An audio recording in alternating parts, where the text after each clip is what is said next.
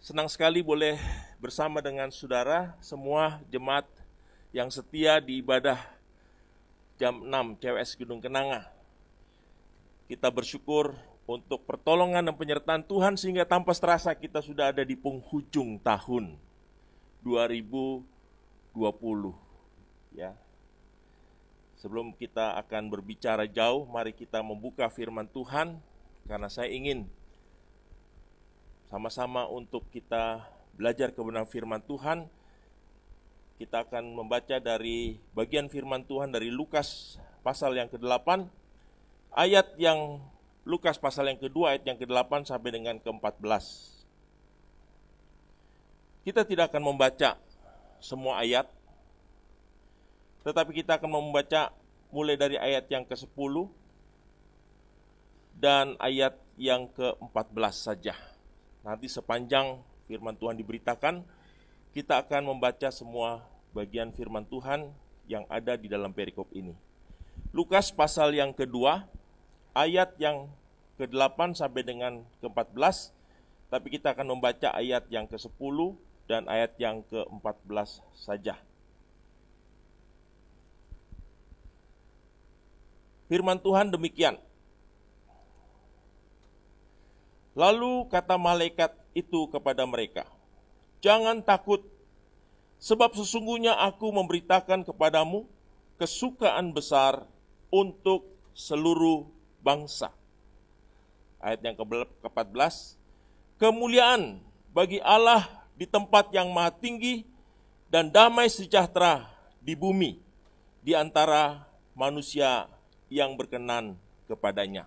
Demikian firman Tuhan. Saudara yang dikasihi Tuhan, saya yakin bahwa firman Tuhan ini setiap kali masuk di bulan Desember, pasti kita membahas tentang perikop ini. Tetapi saya ingin supaya kita melihat bagian-bagian daripada firman Tuhan ini, supaya kita dapat memahami lebih mendalam lagi.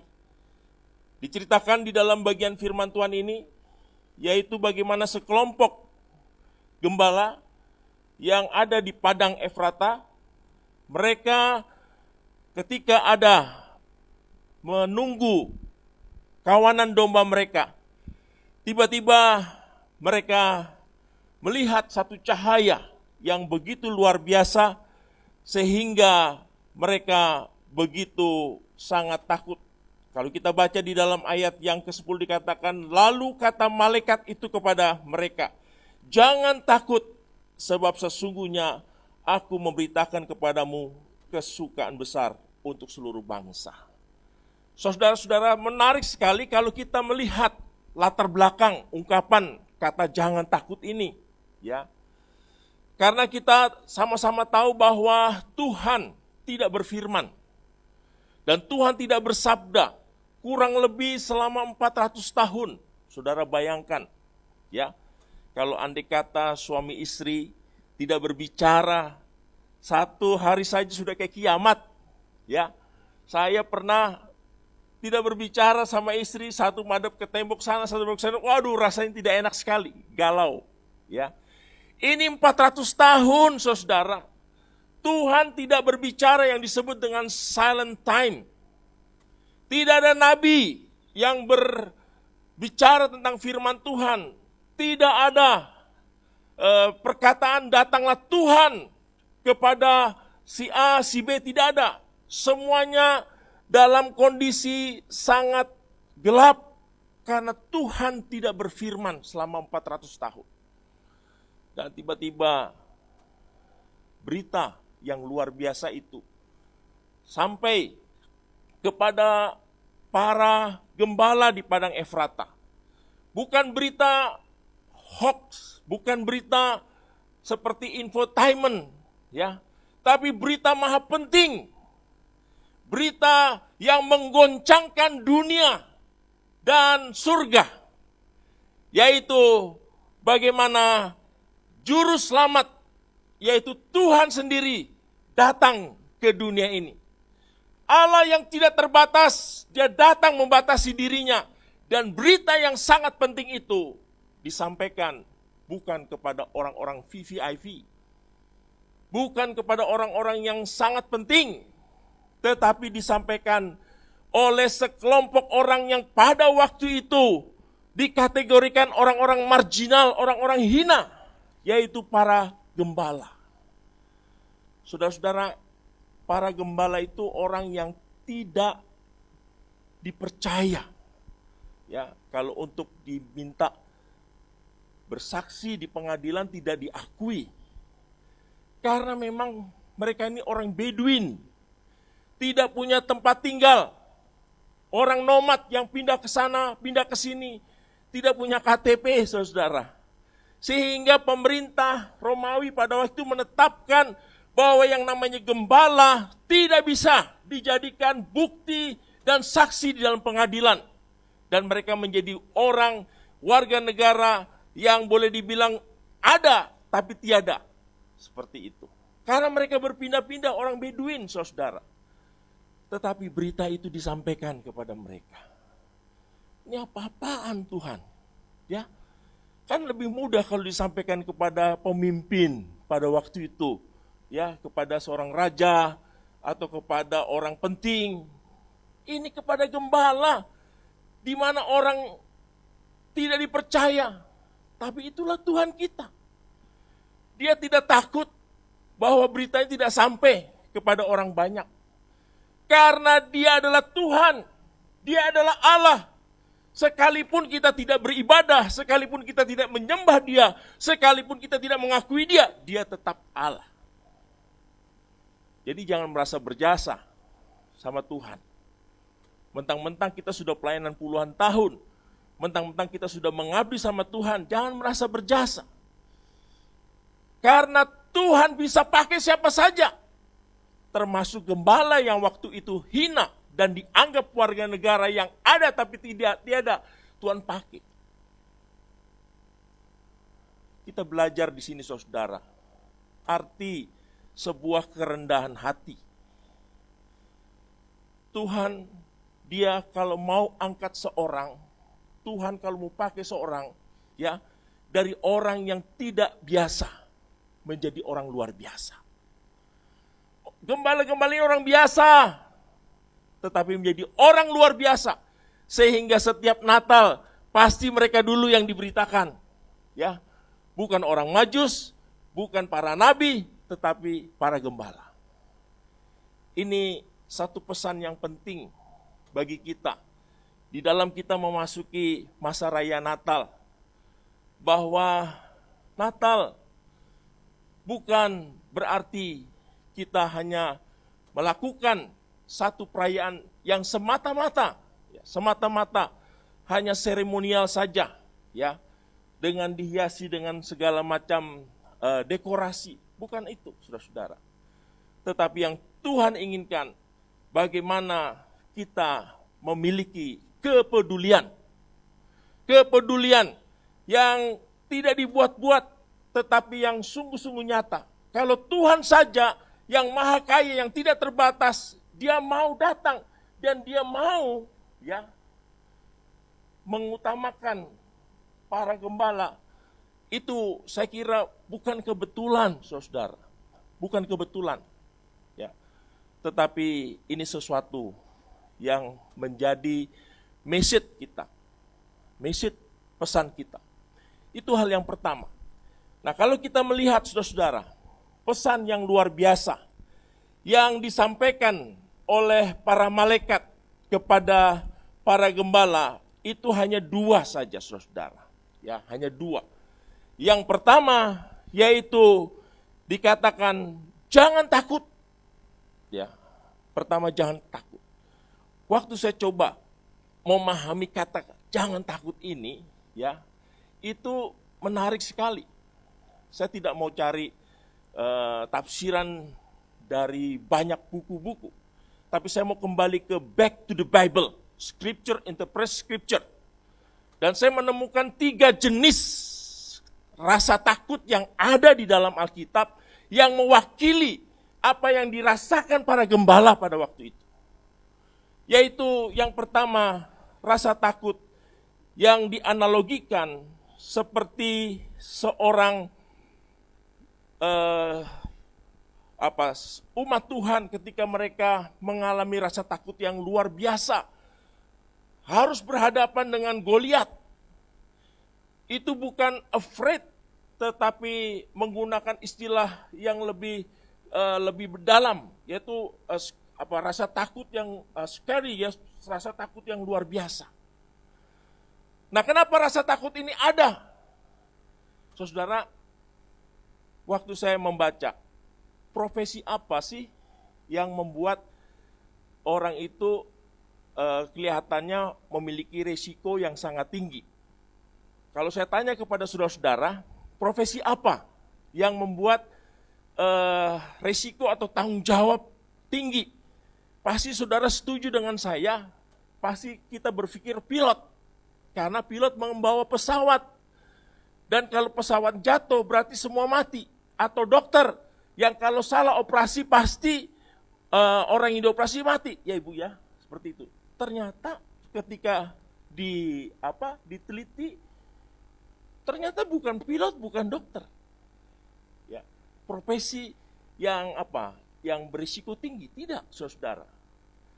Karena apa? Karena mereka sudah punya istilahnya sistem bagaimana cara mereka bekerja yang disebut dengan protap.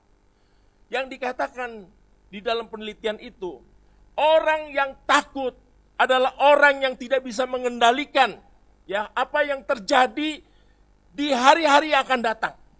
Saudara, ya. Saya ulangi sekali lagi, orang yang takut adalah orang yang tidak bisa mengendalikan di hari-hari yang akan datang. Saudara, itu yang dialami oleh bangsa Israel ketika mereka harus berperang dengan orang Filistin. Karena mereka terus-menerus dalam kondisi kalah, mereka terus-menerus dalam kondisi ketakutan, karena selalu kalah, karena ada Goliat di situ. Jadi mereka mengalami rasa takut yang luar biasa. Karena mereka tidak bisa mengendalikan perang. Seperti itu. Nah, saya mau katakan kepada kita semua pada kesempatan pagi ini, bahwa masa-masa yang akan kita masuki, ya, sebentar lagi kita masuki tahun 2001 dan 2021, ya, 2021. Kita tidak tahu apa yang akan terjadi. Ya, kita tidak tahu apa yang terjadi. Yang jelas, menurut Sri Mulyani, ya, sudah ada 215 negara yang mengalami krisis. Dan krisis ini berbeda dengan krisis waktu terjadi reformasi tahun 98. Ini krisis yang disebabkan oleh sesuatu yang kita tidak duga. Waktu kita memasuki tahun 2020, kita masih santai-santai saja. Itu namanya virus masih di Wuhan. Ternyata begitu luar biasa dampaknya, saudara. Kenapa orang takut akhir-akhir ini? Karena tidak tahu apa yang terjadi. Ketika kita memasuki tahun 2001, jangan karena kita berpikir kita masih punya saving miliaran, ya, kita punya di bank digit kita masih nominalnya masih banyak. Oh, tidak, saudara. Ya. Itu yang pertama. Kita tidak bisa mengendalikan masa depan dan kondisi yang ada di depan kita. Kita tidak bisa kendalikan. Kita tidak tahu. Itu yang membuat kita takut. Ya, itu yang pertama menurut Alkitab. Yang kedua, rasa takut yang kedua yaitu di sini disebutkan bagaimana ketika Daud melakukan pelanggaran. Dia merebut istri daripada Uria. Dengan kata lain, Daud memiliki rasa takut oleh karena dia melanggar sesuatu. Daud memiliki rasa takut oleh karena dia ada rasa bersalah. Itu rasa takut yang kedua, saudara. Rasa takut yang kedua dikaitkan dengan rasa bersalah, guilty. Ya, kalau kita di sini tidak punya rasa takut, ya kita tidak normal. Ya, cuma masalahnya sekarang rasa takut yang jenis apa yang kita alami dalam kehidupan kita? Apakah rasa takut yang pertama, ya kita tidak tahu, tidak bisa mengendalikan apa yang terjadi di hari-hari yang akan datang. Atau yang kedua, ada guilty, ada rasa bersalah, ada pelanggaran, ya, yang kita lakukan yang belum dibereskan, yang belum diselesaikan, yang membuat kita takut. Contoh sederhana, kalau kita berkendaraan, kita tidak bawa kelengkapan, ya, entah itu STNK, SIM saja, begitu lihat polisi, ya, Pak Albon, langsung kita stres. Ya enggak? Langsung kita mau putar.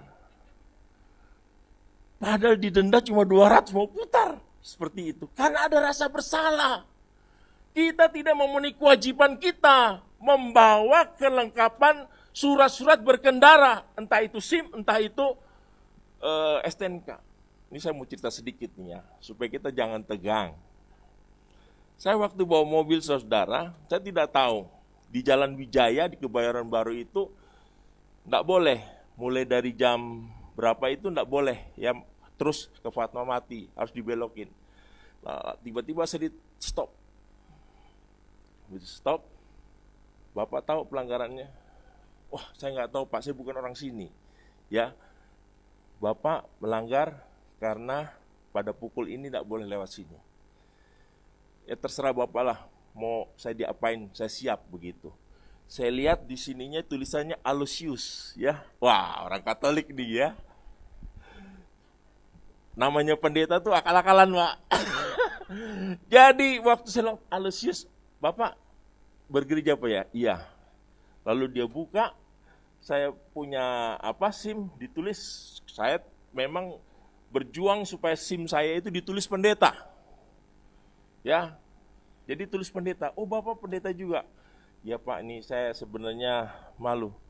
Ya sudah Bapak, silahkan jalan. Waduh, ya bukan saya menyalahgunakan kependetaannya. Ternyata kadang-kadang kalau kita jujur ya, itu makin mudah saudara.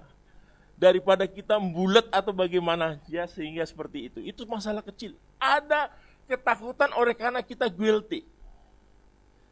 Dan jenis yang ketiga, ketakutan yang oleh karena kita tahu ada masalah yang kita hadapi, seperti di dalam Matius 8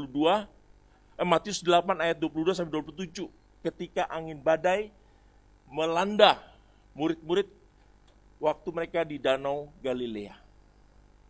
Nah, saudara dikasih Tuhan, itulah 3 jenis rasa takut yang dijelaskan di dalam Alkitab. Pada saat kita memasuki, ya katanya minggu Advent kedua, kita masih membawa rasa takut apa, saudara? Apakah yang pertama, oleh karena kita masih gelap, tidak tahu, ya apa yang akan terjadi, kemungkinan yang terjadi di dalam kita memasuki tahun 2021, atau kita masih belum membereskan rasa bersalah kita, sehingga itu yang membuat kita tidak punya pegangan ya yang kuat, dan kita dilanda rasa takut. Atau kita melihat ada badai yang begitu besar di mana kita tidak bisa mengendalikan badai itu. Saudara, malaikat Tuhan tidak hanya mengatakan jangan takut. Itulah Tuhan kita luar biasanya. Itulah Alkitab kita. Alkitab tidak pernah dia menyatakan sesuatu tetapi tidak bisa memberikan jalan keluar. Itu hebatnya saudara, firman Tuhan. Setiap dia menyatakan ya kepada kita, misalnya dia katakan di dalam Matius 28 ayat 18-20, pergilah, jadikanlah semua bangsa muridku. Wah, kita mungkin bingung bagaimana. Tetapi ada kalimat di belakangnya, aku akan menyertai engkau. Itu Tuhan, ya. Bersukacitalah, ya, bersukacitalah. Ya, orang senang bersukacita tetapi tidak mau teruskan di bagian belakangnya, di dalam Tuhan. Ya, bukan bersukacita karena kita pakai narkoba, bukan bersukacita karena kita segala macam, tidak. Nah, di sini, di dalam ayat yang ke-10, saudara, di situ sangat luar biasa. Dikatakan setelah kata jangan takut, ya.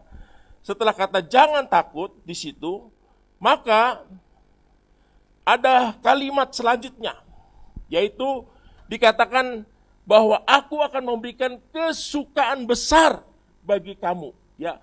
Great joy untuk seluruh dunia. Kenapa tidak menggunakan kata happy? Saya tadi tanya sama Pak Gembala, itu apa Pak Gembala? Itu buat ulang tahun. Waktu saudara ulang tahun itu happy birthday, bukan joy birthday. Ya. Tapi ini menggunakan kata joy, great joy, joy to the world. Joy artinya sukacita kita itu tidak bergantung dengan kondisi dan keberadaan kita. Waktu kita ulang tahun kita dapat berkat Tuhan, ya.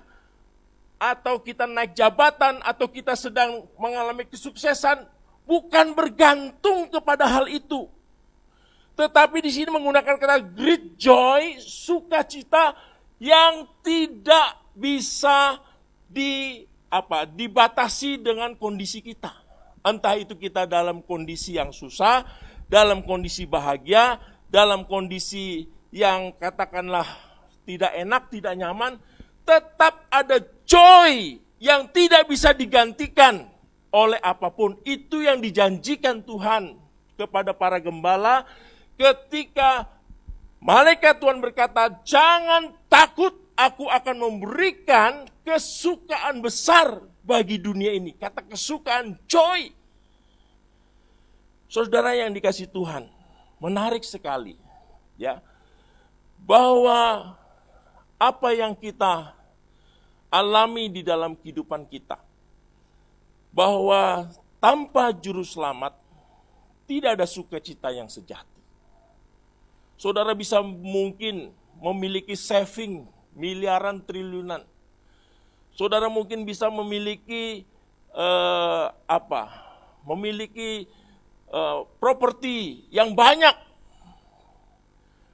tetapi itu tidak bisa digantikan dengan joy, sukacita yang ada. Amin, Bapak Ibu. Sehingga kadang-kadang orang terheran-heran, ya. Kalau kita nyanyi pujian kerja buat Tuhan selalu manis. Manisnya gimana, ya?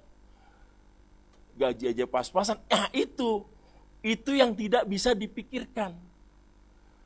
Karena joy itu, ya, joy yang ada di dalam diri kita, kesukaan besar itu bukan datang dari diri kita.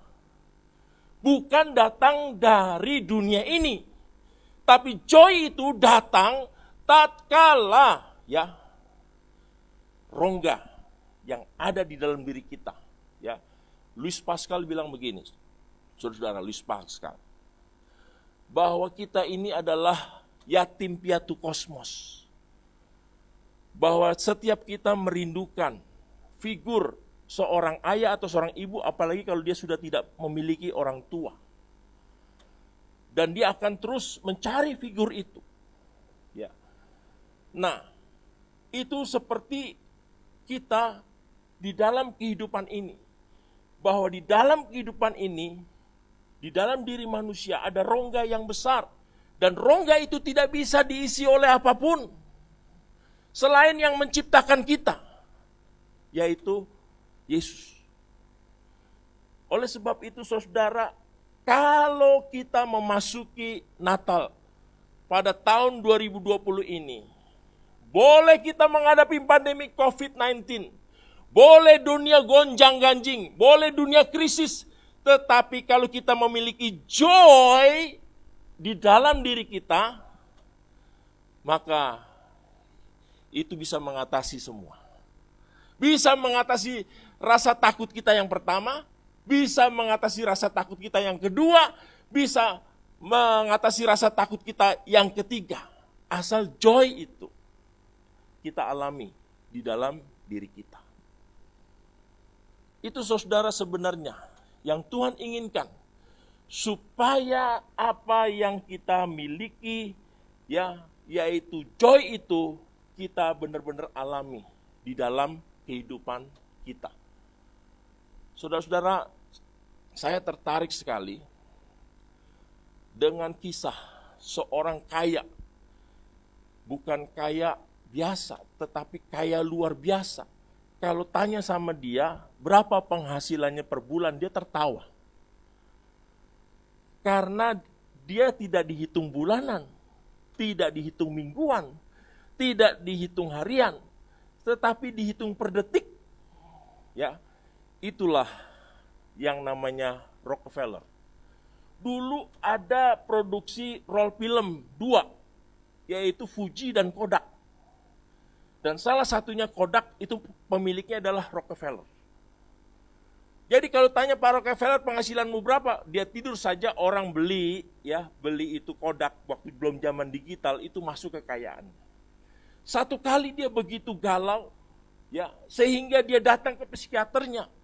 Dia bertanya, "Pak, saya ini semua ada, semua saya miliki, tetapi kenapa saya begitu hampa, begitu galau, sehingga saya begitu merasakan tidak nyaman?" Psikiater bilang, "Bapak kan kaya, Bapak punya kapal pesiar, panggillah teman-teman Bapak, kolega Bapak, gunakan kapal pesiar yang paling mewah Bapak miliki keliling dunia." Lalu apa yang dia lakukan? Dia ikuti, dia panggil teman-teman artis untuk menghibur dia, dia undang koleganya, sama-sama naik kapal pesiar keliling dunia, dan dimulai dari New York. Setelah berminggu-minggu, dan sampailah dia sudah keliling 5 benua, dan tibalah saatnya dia harus kembali, karena sudah selesai keliling dunia. Waktu dia lihat ada patung Liberty, dia menangis. Dia menangis, dia katakan, "Apa yang saya lakukan dengan saya mengajak rekan-rekan pergi untuk keliling dunia, untuk senang-senang, ternyata tetap membuat saya merasa hampa." Akhirnya saudara, dia tidak tahan, dia pergi ke kamar tidurnya, dia ambil senjatanya, dia tembakkan ke kepalanya. Coba ada Pak Dirman, kita injili Pak bisa jadi pendukung misi kita itu Pak. Seperti itu saudara. Oleh sebab itu saudara, kita belajar mengucap syukur, karena kita sudah memiliki joy itu. Cuma jangan sampai joy itu kita nikmati sendiri di saat Natal ini. Bagilah joy itu kepada orang-orang yang mengalami 3 jenis rasa takut itu, supaya mereka juga mengalami joy seperti kita. Karena itulah misi Tuhan untuk kita semua. Oleh sebab itu Bapak, Ibu, serta saudara dikasih Tuhan, biarlah saat kita memasuki masa raya Natal, kita mengawali, bukan kita berbicara tentang bagaimana kita akan mengalami happy, tetapi bagaimana joy itu, kesukaan itu, bisa kita seberangkan, kita bisa bagikan kepada orang. Dari 3 orang yang jenis mengalami ketakutan itu. Dan Tuhan akan menolong kita, supaya kita dimampukan agar Natal ini bermakna di dalam kehidupan kita. Mari kita berdoa.